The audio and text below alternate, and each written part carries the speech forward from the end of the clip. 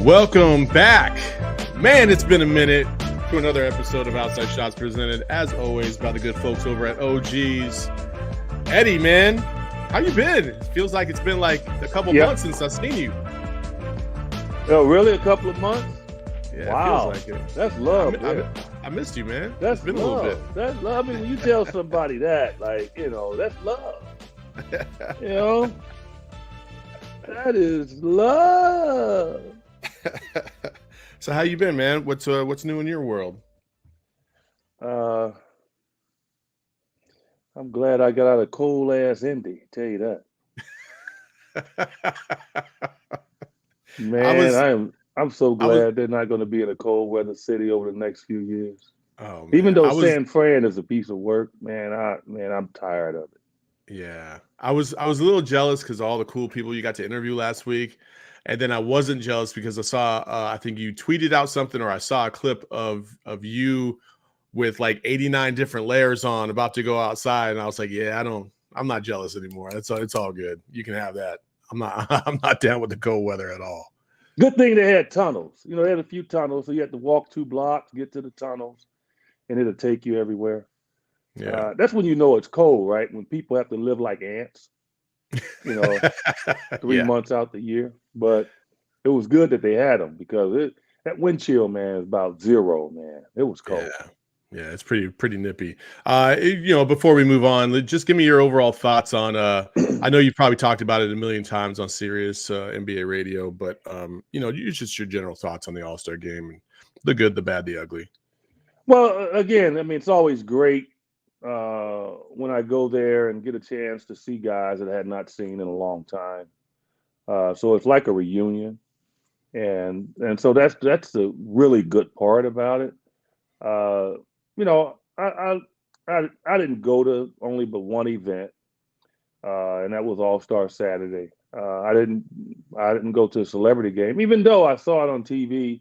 The celebrity game this year was probably the best collection of celebrities playing I've seen. It was really good. Micah Parsons was, that dude can play, man. So I like watching. Hey, Puka Nacua is no joke. Yeah, right. Yeah, man. I mean, these guys dunking the ball and making like drop step moves and all of that. Football players, that's always been their thing. They always want to play basketball. You don't see many basketball players dreaming about playing football. Like I quit the football team at halftime when I was playing, back when I was like 13, 14 years old. Guy said, "Hey, I'm not taking you home." I said, "I'll walk." I'm not. It's 10 degrees out here, man. You got me on the offensive line. You out of your mind. So you never see basketball players trying to go over to their sport, but they love to play basketball. So that was great to see. I like that, even though I wasn't there. Didn't want to navigate all the people.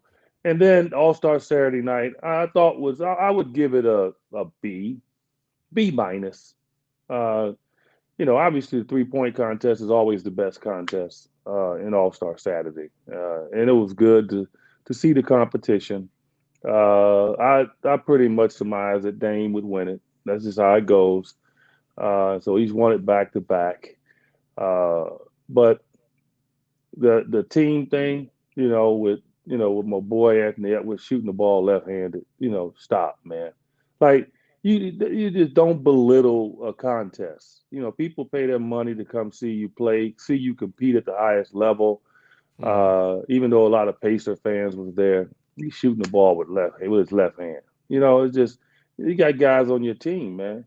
Like you got Wembanyama on your team. Like I'm sure he wasn't too excited about you doing what you did. So that part was off. But again, the 3-point contest, I left as soon as the 3-point contest was over. Even though I love the kid McClung, I interviewed him this weekend. Great kid. Hope he eventually gets a chance in the league. But by the time I got back to the hotel, I was able to catch the tail end of that. So over that was good. And I did not go to the All-Star game. I went down to Bloomington and watched my boy Woody and Indiana Hoosiers lose to Northwestern. Tough loss for them. Hung out there. And when I got back, it was time to watch the All-Star game. And after the first quarter, I basically was dozing in and out. Yeah. I knew what was going to happen. Total disappointment. I don't get it. I don't get the mentality that these guys have now. But that was in my era. I'm not going to try to down their era and how they think. To me, it was just disappointing. After all the rhetoric, all the changes, all the encouragement of trying to say, "Hey, look, just go out there and compete. Don't, not 100%, but halfway compete." And they went out there and actually did worse. That was the worst display of an All-Star game I've ever seen. Like, think about it. People just paid hundreds of dollars to go to an All-Star game to watch guys lay the ball up Yeah. and shoot half-court shots. Yeah. Like, no. That's, if you love basketball, that's not what you expected to see. Yeah, no, it was unfortunate, and I've already gone at length. Legs and I talked earlier on Monday and Tuesday about the same thing, and it is very disappointing to see the lack of really pride in terms of representing the NBA and also the competitive spirit of the game. So, but we won't dwell on that because it's already been run through the road. Let's talk about you're in Dallas right now, yeah? Yes, sir. All right, so you will be along with the Suns on a back-to-back, along with Outside Shots on a back-to-back, because we'll be back tomorrow morning at 8:30 as well. So, Eddie, let's set the table. 27 games left to go. This team is currently sitting in the 5 spot in the Western Conference standings. They have the toughest strength of schedule remaining out of any team in the league. They've got 2 games against the Celtics. They got a couple games against the Nuggets still left on the board. How are you feeling about the second half of this season? What are you going to be looking for? And, we'll go from there. Well, 27 games left, right? This is like it's funny. You say All-Star game, you think mid-season, but it's never mid-season. It's basically on the other side of mid-season. And you get your break, you get your rest. These guys get 8 to 10 days, which is amazing. Back when I played, it was 3 or 4 days. But, I like that. I hated to get out of rhythm. But it gave the Suns an opportunity, obviously, to nurse some little small problems they got injury-wise, Bradley Beal especially, to give them that opportunity. It's good to get a break away from each other and go for the stretch run, man. Like, it's 27 games, and then it's 16 wins. That's how you look at it. 27 games and 16 wins. And that's 45, right? Last I counted. Is that right? 43? No, Is that no. is It's that 43. 55? It's 43. 56? It's 43. 56? Okay, good. I'm glad that Arizona education has helped you.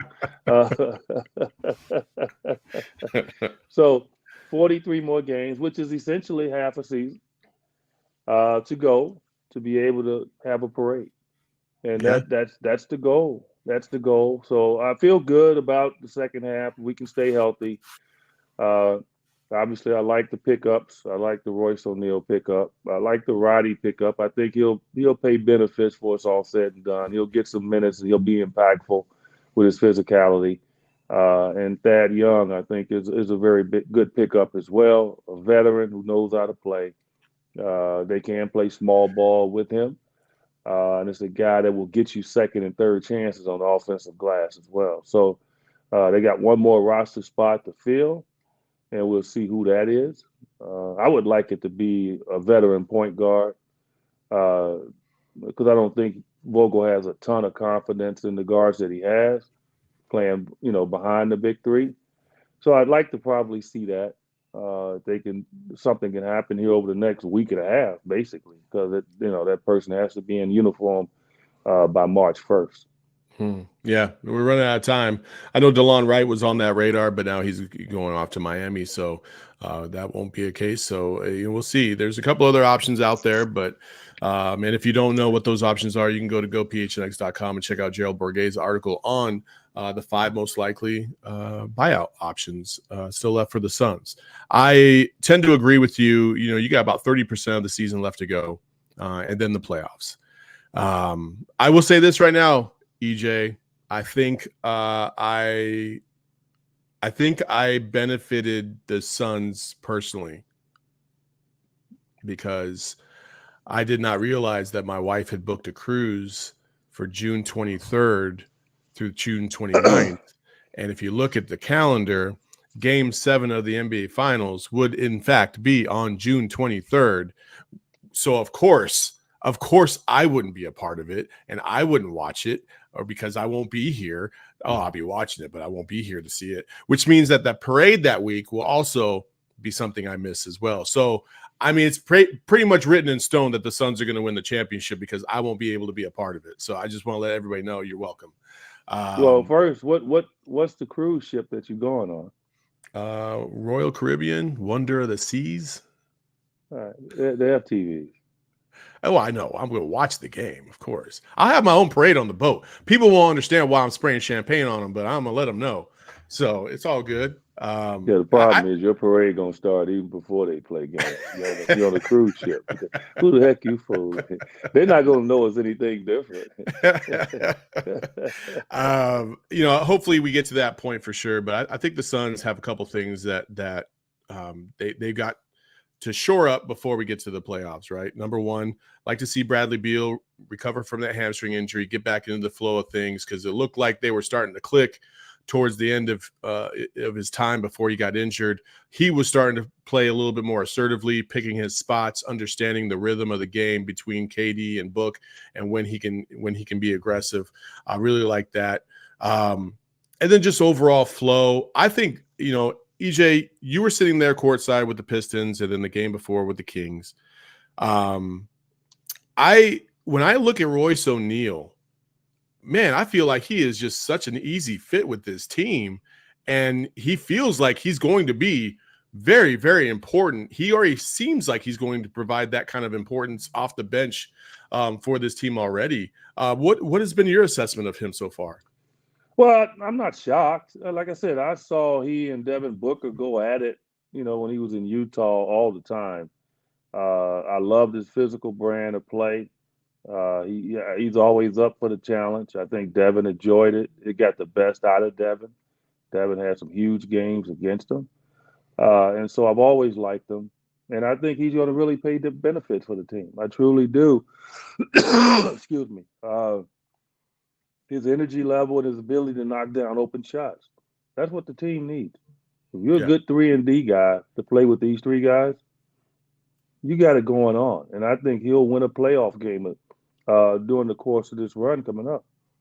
Yeah, no, I 1,000,000% agree with that. I'm really excited about the remaining 27 games. I really am. I think of all teams that are currently playing at a high level in the top 4 or 5 of their respective conferences, I do still believe that the Phoenix Suns have the biggest room to grow from this point to the end of the season, and I'd be shocked if that did not happen. I really like the pieces that they put together. Royce O'Neal, now Thad Young. I think they're a little bit more complementary to what they want to try and do, as opposed to the first version this season with all the free agents that they signed. And so, hey, here we go down the stretch. This is what we play for, and this is what we're ready for. So, I'm excited. You could also be excited if you get some OGs in your system. OGs is the presenting sponsor of this podcast. OGs is the best edible in the game, and all you need to know is you can go to ogsbrands.com to find the closest dispensary to you.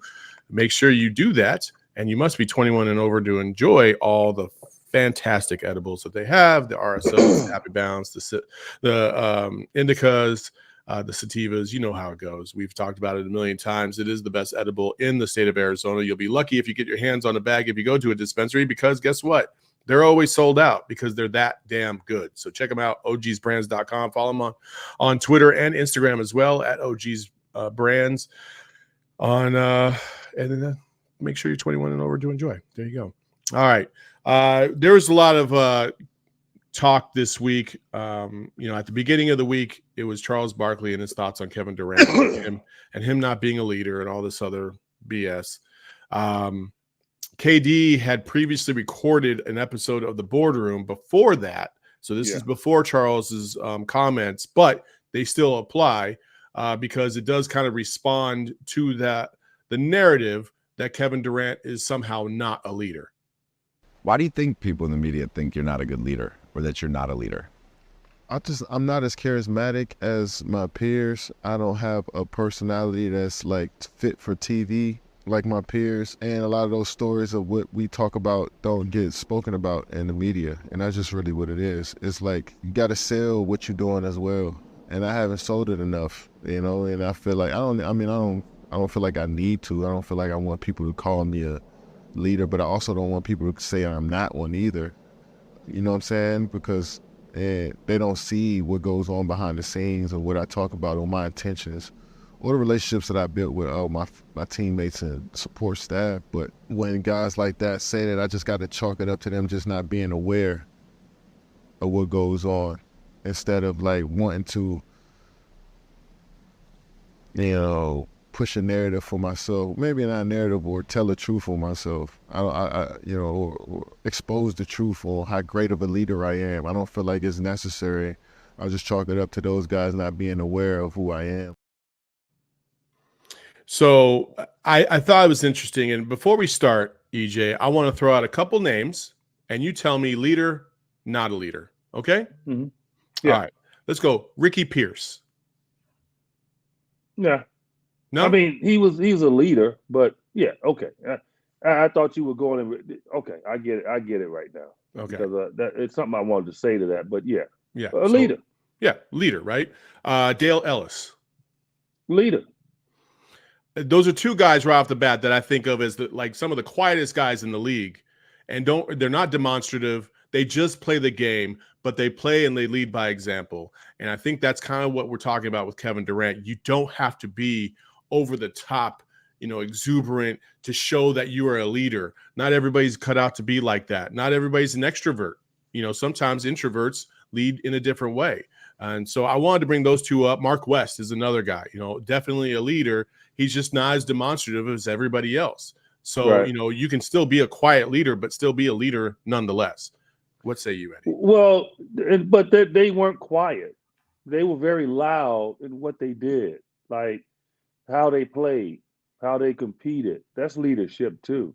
A lot of times people, a lot of the guys that yap, they try to act like they're leaders, but they don't follow forward on when it gets time to go participate and work hard on the court. They don't give you that effort. Yeah. They show up late to practice, but they're all mouthing, but visibly people look at them and say, oh man, they're a leader. I tell you, I don't know how many teammates I had, tons. 7 teams I played on. I would like to think after my first 3 seasons, after I really got to know Rich Kelly, who taught me leadership, I was probably the leader. I was one of the leaders on every team I played on. Every team. But I wasn't the best player. I wasn't the best player. Mm-hmm. Like some people equate being best player, you should be the number one leader. That's not true. It's not true, people. It really isn't. Like I was on a team with Tom Chambers and Kevin Johnson. I would say Kevin and I were pretty equal in our leadership. That was one of the rare teams I'd been on where obviously one of the best players was the leader. Tom Chambers was like, Kevin Durant. Mm-hmm. Tom Chambers look at you, give you that look. You didn't know what was going on, right? But Tom was great as a teammate. He had a good time with us, because most of the time we spend together is actually off the court, out of the eyes of the people that's watching. Mm-hmm. That's where leadership really takes its hand. Like, it's not in the game, people. It's actually away from the game. That's where a leader is important. Like holding guys accountable to being on time for practice, holding guys accountable for getting their rest, holding guys accountable in practice. Work hard, man. Concentrate. We need to get this stuff together. These are things you don't see. Really going to a guy that's struggling and just little things you can say. Hey, man, keep your head up. It's going to be cool. Staying after practice with them, shooting with them. That's leadership. Like so people don't see that part of what Kevin Durant does. Right? You'll see him over there on the bench. He's not being demonstrative over there, jumping up and down, but he'll walk past guys and he'll say something to them. We don't know what he's saying. So I push back on Charles saying that because I played with Charles on the Rockets, and I'm sure Charles would admit that I was one of the leaders on a team that had he, Clyde, and Hakeem Olajuwon. Like, I had to, because Kevin Willis and we had to, because those guys were very competitive, not just against the opponent, but against each other. They all wanted to get to the left block. They all wanted the ball. They all thought that the ball should go to them at the end of a game. And then you, as a guy that's out there with them, you're in the middle of that combustion and that desire that they wanted. And if you throw it to one, two of them probably not happy that you didn't throw it to them. Yeah. So, Kevin Durant is a quiet basketball player in regards to his facial personality. But you see the aggressiveness in him during the course of a game. And as a teammate, you look at that and you say, man, okay. You see the fact he takes good shots all the time. That's leadership. Like, it's so many things that go with leadership past just being this rah-rah type dude that everybody sees. They say, oh, he's a great leader. That same guy probably got in at 3 o'clock that morning. Is that great leadership? Yeah. So people need to really be careful when they throw the word leadership around. It's a lot of different ways to lead. And a lot of guys that you see, all active and demonstrative, that is the one guy that's probably not doing all the things correctly. He's just showing out. And so that's the way I look at it. So, I don't know. Look, Charles is my boy, obviously. But I don't know what he got with KD. Like, it's just always something. Like, it's always something, man. It's like it's KD can't get out of his head. It's always something. And look, we know Charles never got a ring, but to me, that doesn't devalue Charles. Charles was a straight up animal, man, on the basketball court. Mm-hmm. And he's one of the best teammates I've ever had. Charles is. Truly is, man. I was with the Rockets they picked me up like around the buyout time, like, around February, March. And the dude, I didn't know if he knew it was my birthday. Dude said, Eddie, come on down to this restaurant, man. We hanging out. Come on down. Because I was in town by myself. Family had stayed in Phoenix. I walk in the restaurant. This dude he had a surprise birthday party for me. Wow. So, he's a tremendous leader, man. He never screamed at his teammates, nothing. Never blamed them for anything. I mean, just was tremendous, man. And so he does understand leadership, but I think he's making a mistake on KD in this regard. Yeah, because you really got to know what an individual is all about, not only on the court and what you see in front of you, but also behind the scenes. And I think that's the thing that Charles is kind of missing the boat on. Like you said, there's many different levels. I was in the military for 14 years, and a large portion of that time I was a military training instructor. And so we would get 60 kids every 10 weeks. And, and not all 60 of them learn the same way, right? Like, you can't just yell all the time. Sorry. You can't just yell all the time and think that you're going to get your message across. Sometimes you have to analyze what is really making an individual tick, or what helps them learn the quickest, and you have to adjust. And that's a form of leadership, because you're taking time to care about another individual and how to get the most out of their own performance based on your own actions. And I think when you're looking at Kevin Durant, he's had a lot of different teammates. He's been a part of a lot of different organizations. This is his fourth one. And to constantly adjust himself based on narratives or what other people perceive of him would just be really taxing. And that is the one thing that I mentioned yesterday on our PHNX Sun show, is that I really do appreciate Kevin Durant for who he is and what he's trying to be, which is just his authentic self. He doesn't have to prove anything to anybody else. He can just be who he is. And by doing that and not cowering down to media narratives or other, former player narratives or whatever, that is also a form of leadership, because he's letting everybody else know, like, you don't have to be who you don't want to be. Like, you could just be yourself. And if other people can't deal with it, like the great Bernie Mac said, fuck them. And so that's just what I would say. Well, he needs people around him that is the opposite of him. That's what a team is. And as a teammate, you recognize, okay, what you need to offer to this tremendous, great player. And that's just how it goes. Like, I played with quiet guys before, and I had a way of, I learned over the years of how to do opposite of what they're doing to really balance the team in regard to leadership. And that's all it is, man. It's like, how can he not be considered a leader when the dude is as efficient as any basketball player we've ever seen? That is not by accident. That is by hard work. He's a gym rat. He's always in there working on his game. You walk in as a player and you see that he beats you and he's an all-time great player, but he's in the gym before you. He doesn't have to say anything to you. You as a basketball player, like, damn, he's here earlier than me and he's dropping 29 a game. Why am I not here before him? Like, why am I not here after practice? Why am I not watching as much film as him? Like, that's leadership. That's sending you a message. Like, in my neighborhood, the great Isaiah Thomas always says this to me. He's like, Eddie, you were really looked up in the neighborhood because you did all the right things. Like, you weren't hanging out. You were very, you look very responsible.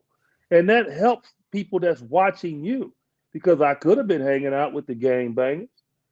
I could have been getting high. Like, so it is a message that you send through your personality.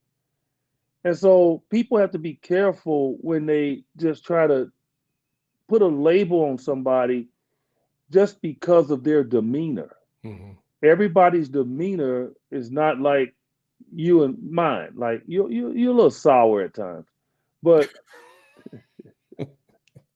isn't that the pot calling the kettle? All right. you're a little sour at times, but I'm always energetic. Like, you don't see. Oh, hold on. I'm not patting myself on the back, but you know this. Like, I'm always high wired. Like, even when I'm not feeling well, even when I'm not feeling well right now, I'll tell you the truth.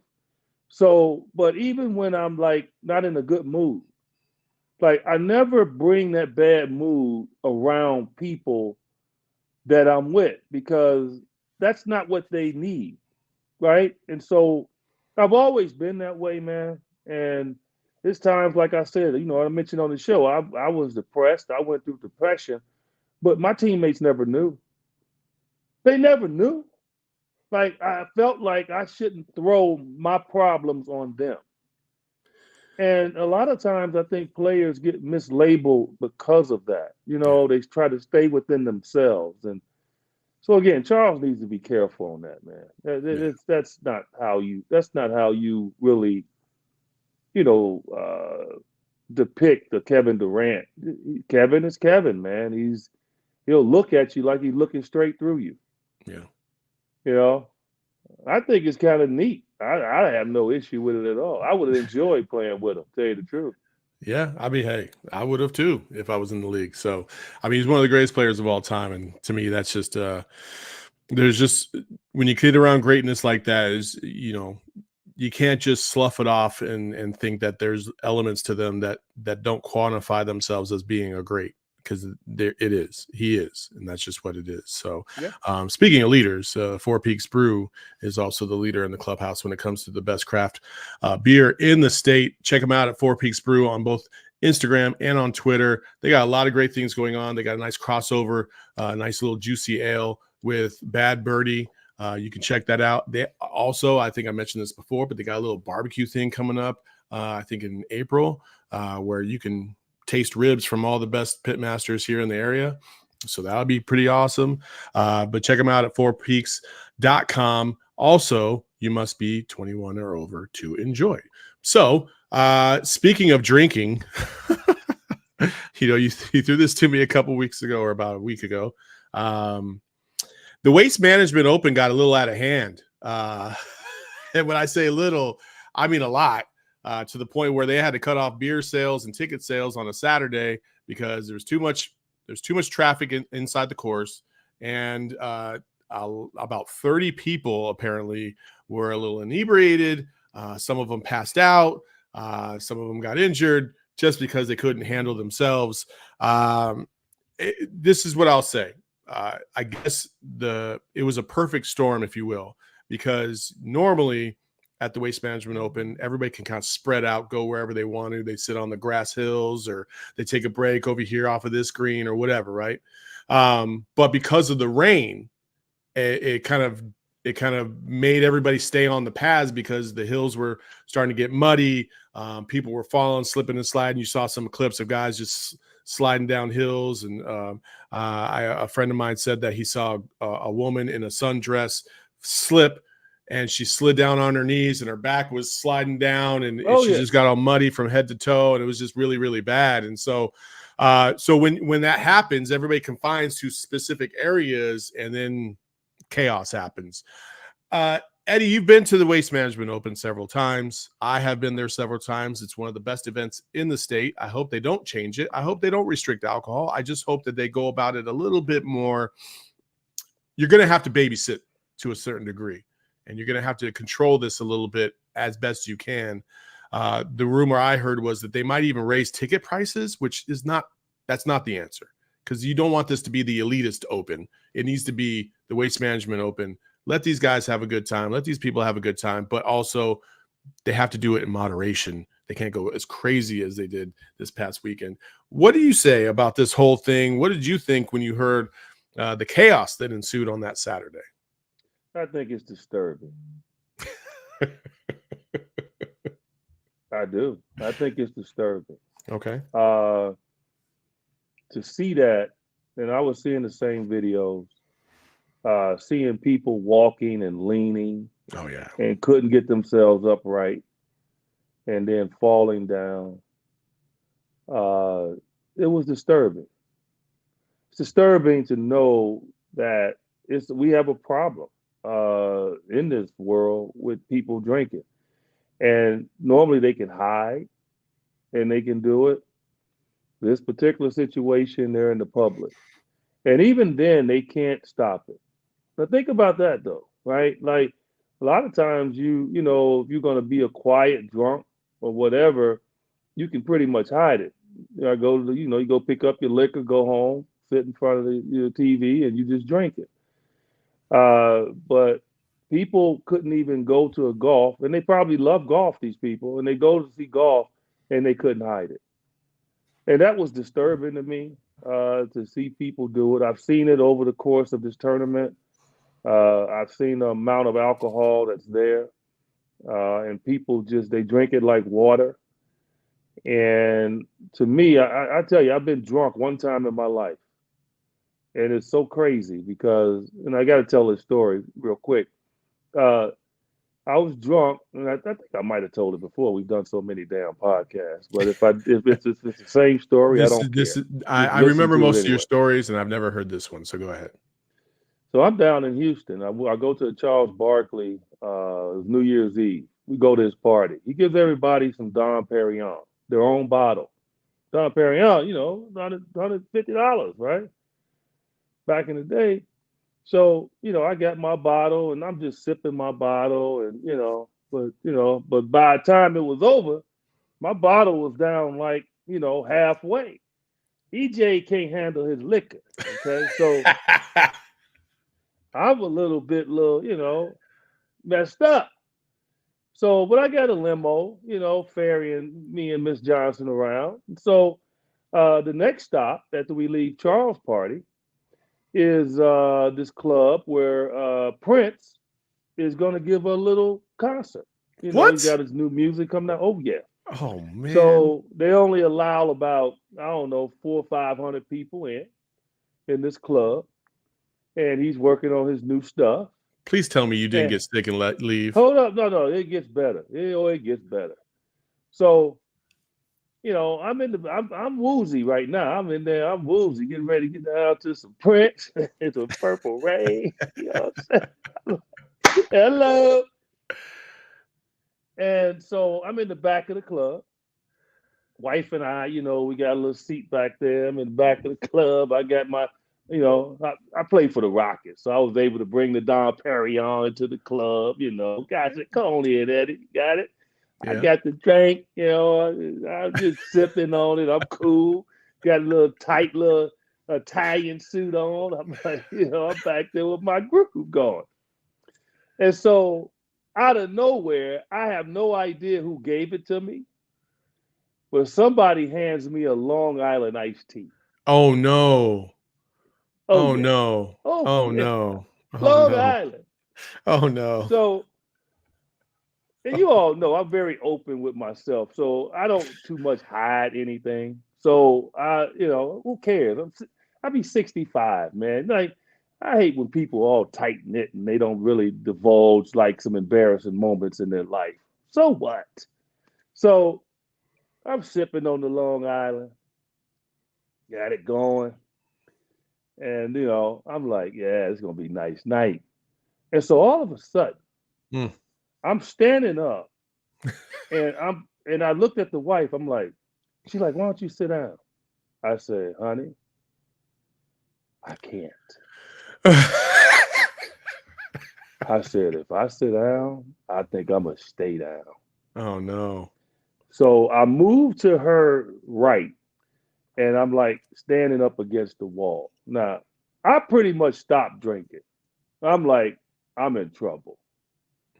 Dom Perignon and Long Island, Oof.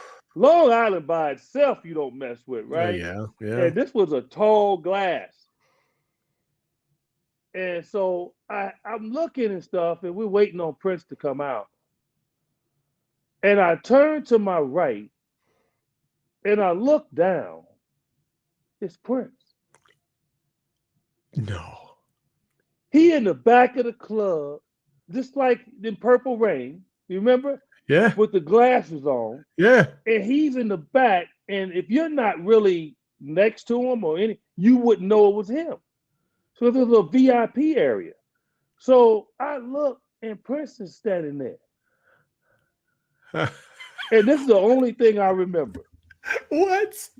I looked at him. I was like, damn, what's up, Prince? He said, Eddie, how you doing? Because I had met him before. I had met him before. Oh shit. Okay. And so the wife noticed that he was standing there. And she was like, wow, okay. And so this is when I blacked out. Oh no. She said he and I were standing there talking for about 30 minutes. And we both laughing. Hold it. She said, what were you saying to him? Because he was cracking up.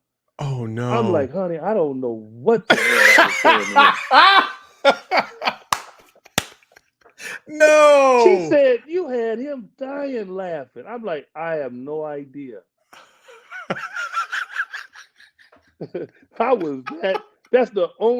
That is the first time in my life I've been drunk. Like, I was like, I can't even remember. Oh, she was like, are you kidding me? I was jealous because you all were over there. You didn't even introduce me. I'm like, I know it was Prince, but I don't know what I was saying. And so, all right, so finally I sit down. We watch Prince perform. I'm back there. I can't move. I'm seriously, I'm done. I'm just trying to drink water. So we get up. We got the limo. I'm like, yeah, we're going to go to the limo. Yeah. Let's get the limo going. You know what I'm talking about, right? Man, I got in the limo. Everything out of my body came out in the limo. Yeah. You know why, right? I don't know. Because when you were in the club, you were, hey, I gotta hold this shit together. We're good. You're a little tensed up. Just try to keep everything down. Everything's good. Whatever. You start talking to Prince. You're good. Once you went to the limo, you relaxed, and when you relaxed, your body was like, "Oh shit." That was it. All over her outfit. Oh no. Oh my God. Look, No. EJ got to the limo, thought something was getting ready to happen in the limo. You know, I raised the wall up, all that. No. Something did happen, but it wasn't good. Man, I had to pay an extra like $300-400, man. Oh. Because the guy had to go clean the limo. Oh no. I told myself I'd never get drunk again. Yeah. That's what we saw at Waste Management. We saw people push themselves to the limit, and they didn't even go there to watch golf. Yeah. They went there to get drunk. Yeah. And that is the sad part. And Phoenicians, you got to be better. Like, this is a tremendous tournament. It really is. It's one of the most popular tournaments on the circuit. I think the golfers love to play in it because it gives them a different environment. It makes them concentrate because they know you're going to boo them. They know you're going to talk in their backswing. And to me, it's a great teaching lesson for them as they move along to the rest of the tour. It's great that it's at the beginning of the tour. And like I said, the weather's always great. People have a great time. The Thunderbirds have a lot of tremendous people in it. I know a lot of them. What they have done in marketing this tournament is unbelievable. And they're making it convenient for you to have a great time, even if you're not a golfer, even if you don't like watching golf. It is a networking extravaganza. It truly is. And so that environment is the best in golf in that regard, around the golf. And for you to just take it to obscene limits and drink like that and act out of sorts and embarrass yourself, you need help. Yeah. That's the part people not missing. You need help. You have a drinking problem. Yeah. Because no one in their right mind would embarrass themselves in front of thousands of people if they did not have a drinking problem. And it's so funny, and I'll close with this, Sal. It's so funny how uppity people, they'll walk past a wino on the street, a guy that doesn't have a home, but he's drunk and he's sitting out, and you'll look at him, and you'll look at him with disdain. Because, oh, look at him. That's just an embarrassment. And you getting ready to go home and do the same damn thing, but you got a house. What's the difference? He doesn't have one. He's a wino, but you go home and you drink till you can't wake up, and you're a wino. No difference. Wino in hiding. Difference. No difference. And that's the embarrassing part about it. Yeah, it's it is unfortunate that some people just take it to the extreme. Yeah, listen, it's like when you were a kid and you couldn't have, maybe you had like a scoop of ice cream after dinner, but you couldn't eat it until after dinner. And then it's just one day, you get Halloween and your parents are just like, do what you want. And you eat all the candy. And then you get sick to your stomach. It's basically like that. Like you overkill, you go over overboard with the freedom that you have.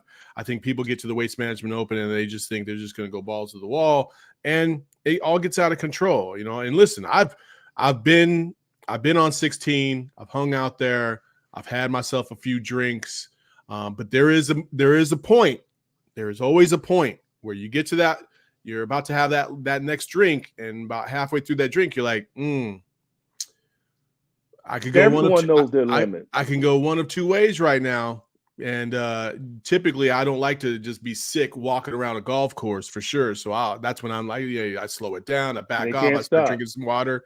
Yeah, but the other people, they just want to keep going. They want to keep having a good time. And you're right. The people sitting on chairs and wetting themselves because they got no bodily control at that moment, and like just all the stuff that was crazy about that. That's the stuff that needs to go. And like you said, I know a couple people on the they better as well. And Sal, they better. Yeah. They're gonna lose it. I know. You're gonna be seeing some drink minimum or maximums out there, and I know nobody wants that. Golfers I don't want to be told come. No, well, they won't. Too. They won't come. Yeah, that too.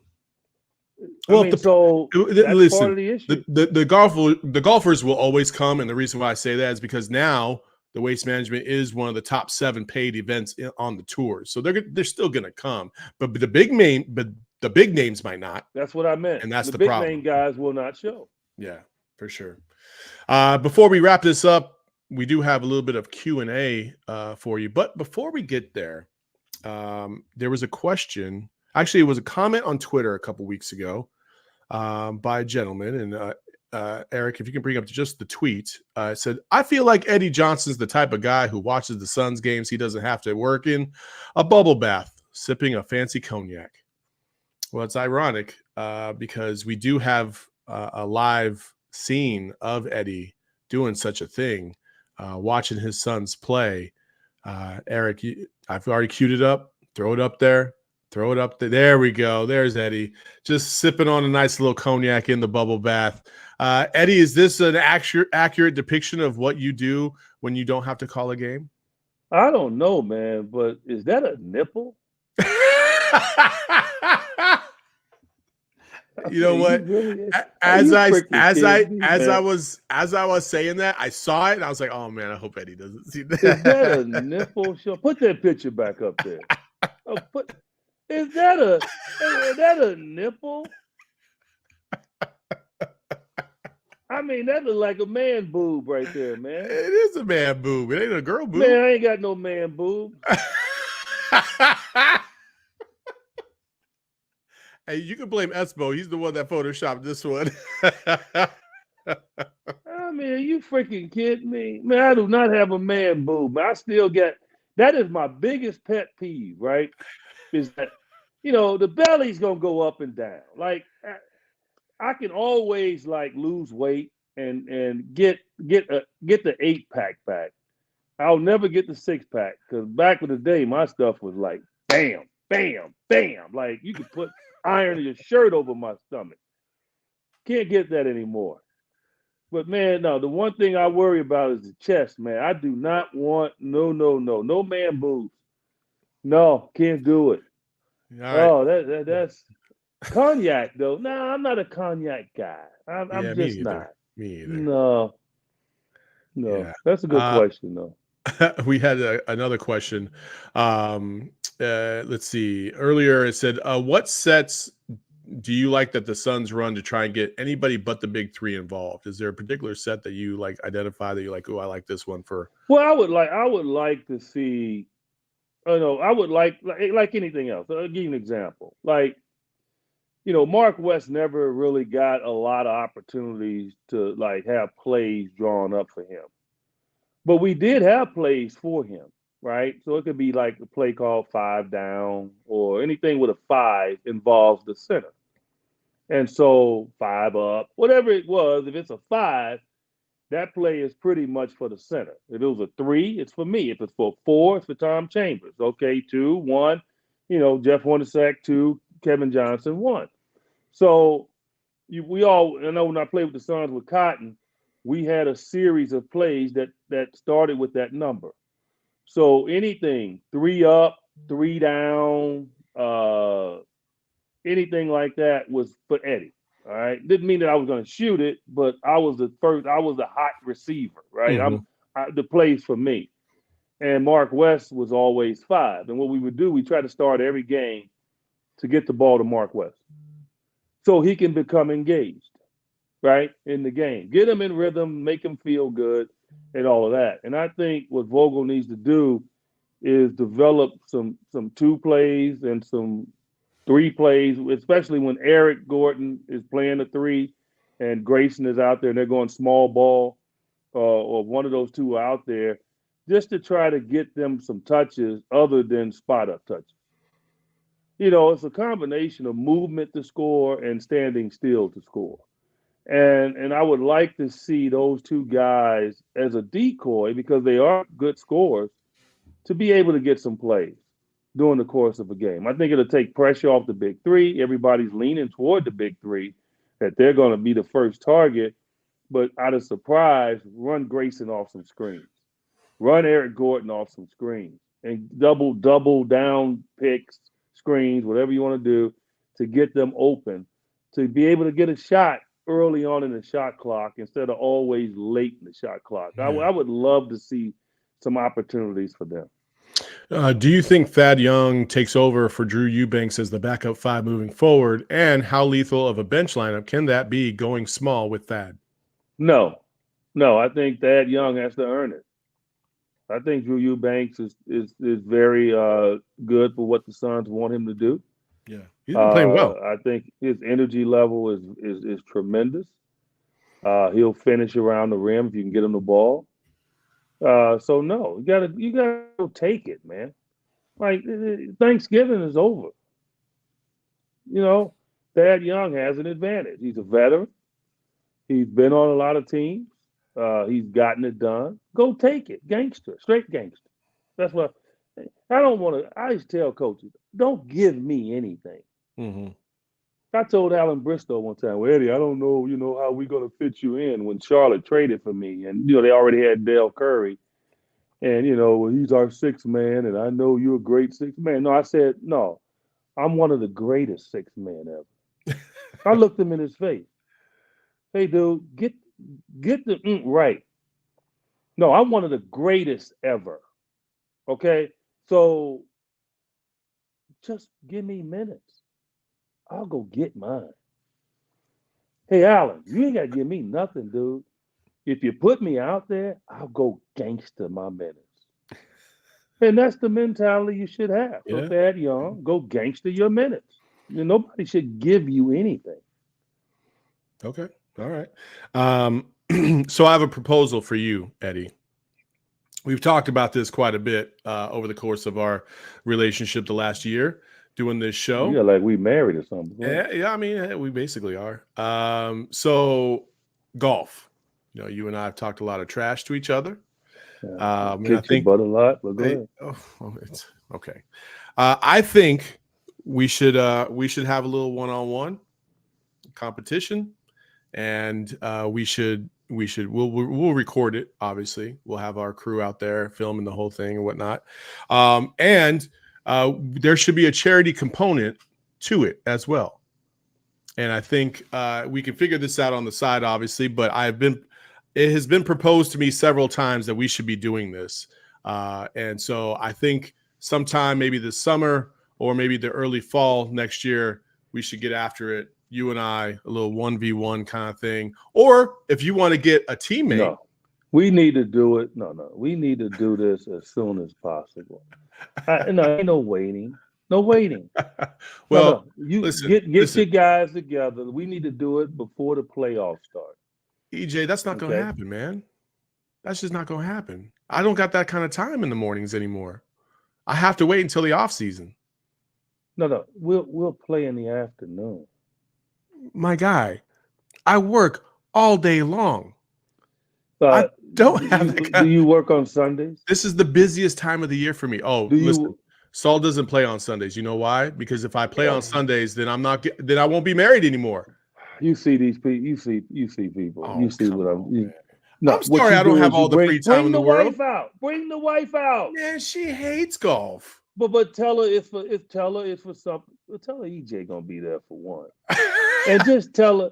She didn't want to go to the concert last week because you're going to be there. No, I'm just kidding. Yeah. So just tell her this is for our podcast, and we have to get it done. What do you mean?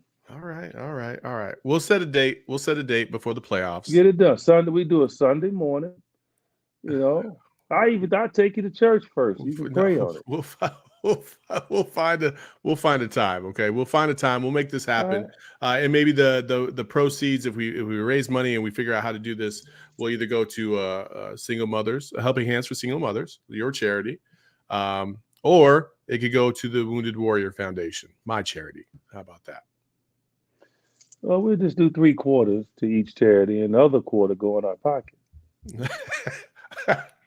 I'm not going to take the people's money, man. I'm just trying to. It ain't the people's money. They wouldn't be getting that damn. They wouldn't be getting that damn money if it wasn't for us doing this.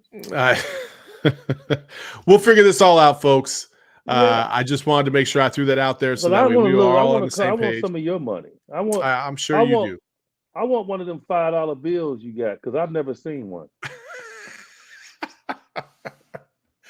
That's Eddie What does Johnson. a $5 bill look like? You I can don't even follow know. him on You have Twitter one?